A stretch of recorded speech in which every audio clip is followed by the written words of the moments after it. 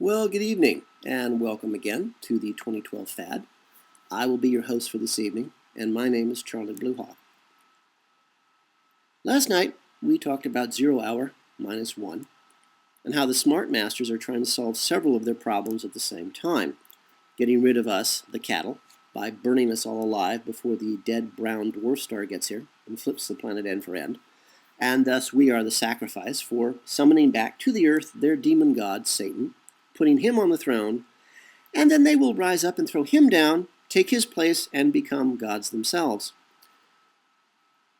I've mentioned in the past episodes we've done that because of this thought process our masters have, and because of the reality that you and I live in, it's going to be absolutely impossible to come to any kind of meeting of the minds with folks who think in terms of worshiping Satan, raping, killing, and eating our children in his name, and sacrificing all life on the earth to his glory, and then making themselves gods in his place. Peace marches, beating drums, singing songs are not going to make our masters do anything but laugh at us. I mean, how are you going to even begin to have a conversation with someone who eats babies alive? And I know it's a bizarre and ugly concept, but I actually remember when I was very young, there are the masters, there are the Mandarin class that serve them, they're elite.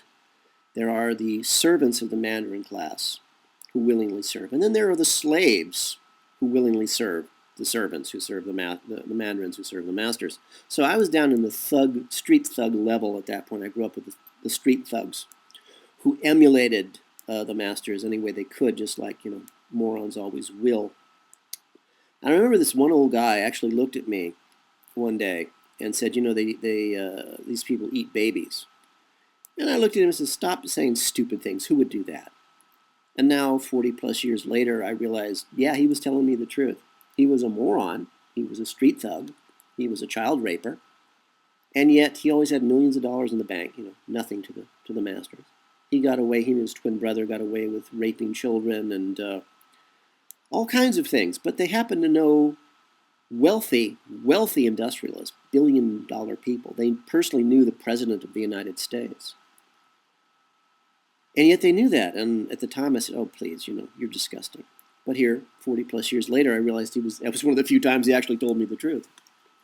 So there's not going to be much in the way that you and I can do to actually be able to reason with the masters. It's just not going to happen. The other problem this will solve for the smart masters is to get rid of the 98% of the moron masters by leaving them on the surface of the earth, convincing them that the event is actually just a hoax, and that by giving them domain over the surface of the earth, us, they'll actually just die with the rest of us. And yes, I am a lot of fun at parties. Tonight, I thought we would chat about the next phase of the moron masters' plans, which is already happening. The corporate dumbing down process. And it's happening throughout the Western world. I've seen it for myself. I see it every day, and have for many years now, and just didn't realize what I was seeing. What the moron masters are doing is they're consolidating their powers over us.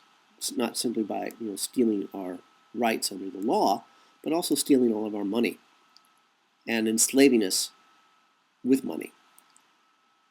As I mentioned in previous episodes, I've been in the international IT and corporate management business for 25 years on 3 different continents in huge companies: NASA, IBM, Toyota, Nissan, Raytheon, Disney. Really big companies, not little mom and pop shops, but there's too many of those to mention. And starting in 2007, when I made my horrific and truly tragic move to New Zealand, a move that not only wiped me out financially, but spiritually and emotionally as well, I learned a lot, but at a tremendously awful price. I was brought face to face with what I thought at the time was a wholly New Zealand concept, that intelligent, hardworking, experienced professionals were a threat to the very existence of corporate management. Lately, I see that as going much, much deeper. Now, after having escaped from New Zealand with only my soul, a few suitcases, and my old laptop intact, I fled to Europe, where I was told by an old witch I know, and have known since I was 12 years old, and frankly, she was 1,000 years old then. And I have no idea who she is. I don't know what her plans are. I have no idea. She just shows up in my life, says, "Don't be stupid, do this," and leaves.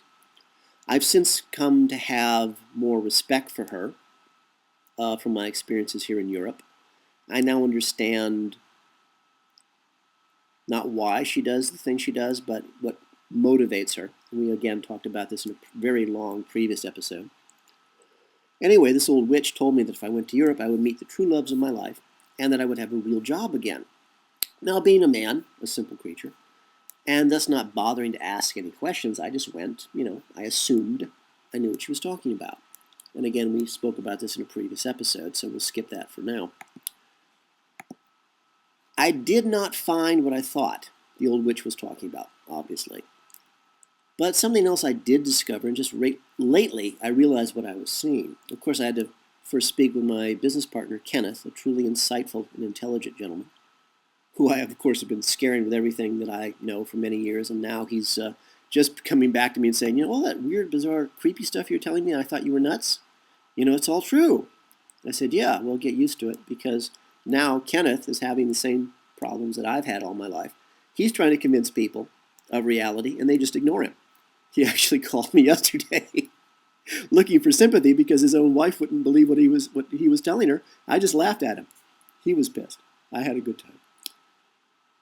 Anyway, what I am seeing, and have been seeing for a number of years globally in the Western world, is the deliberate dumbing down of the corporate identity.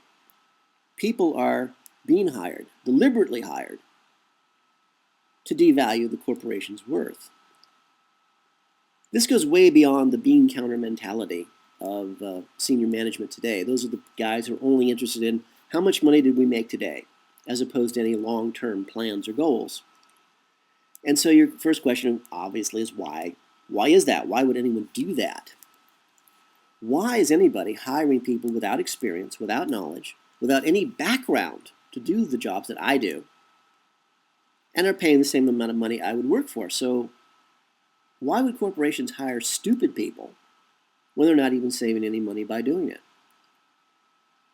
Well, you see, if you hire stupid people, you are deliberately crippling your corporation's ability to function at any level.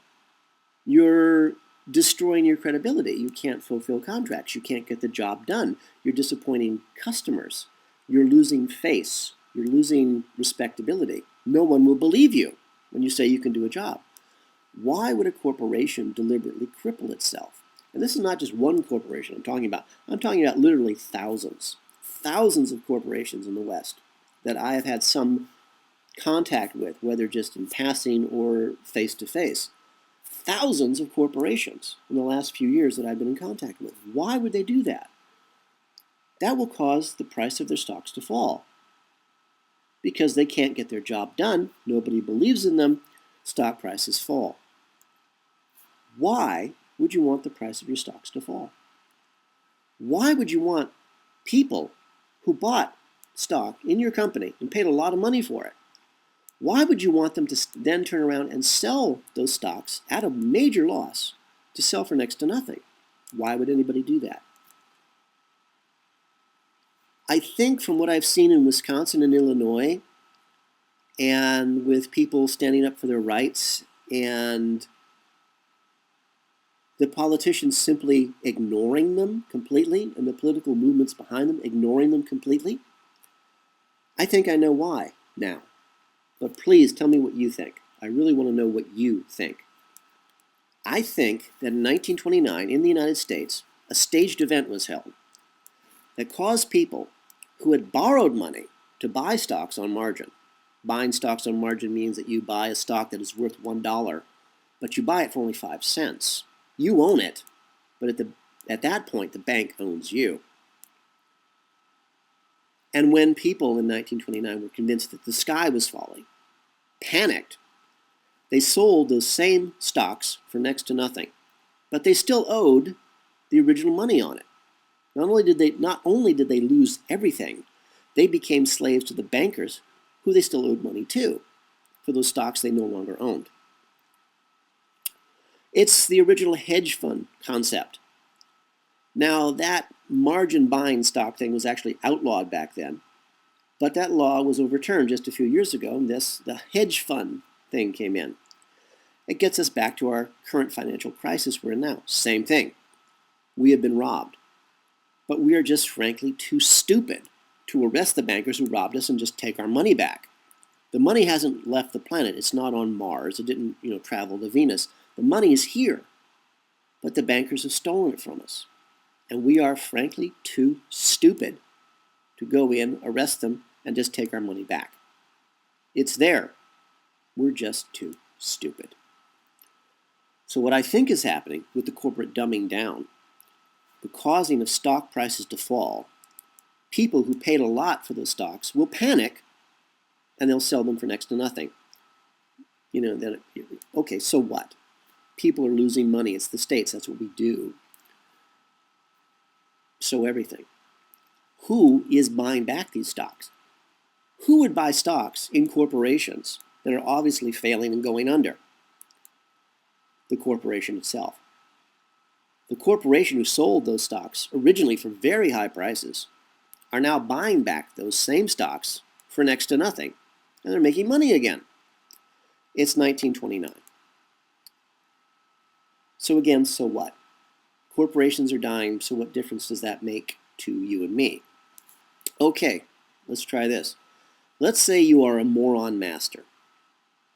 The smart masters have convinced you that the event is just a hoax and have left you on the surface, left you behind as they go into the Earth's crust, into their megacities, and they've left you behind. They say, you have free reign. You go control the cattle.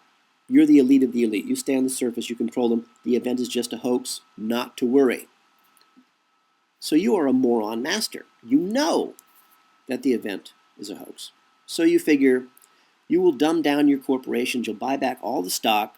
And after the hoax is revealed, you will own everything, including the cattle, who panicked and sold you the expensive stock you sold them in the first place. And you get it for next to nothing.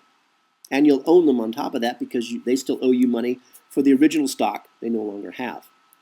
You will, after the hoax is revealed, you will be the true masters of the world. Boy, I thought humans were stupid. The moron masters are being left behind to die with the rest of us, believing themselves to be the chosen people. The first to greet their master, Satan, when he comes back to rule. That's an event I'll pass on, thanks.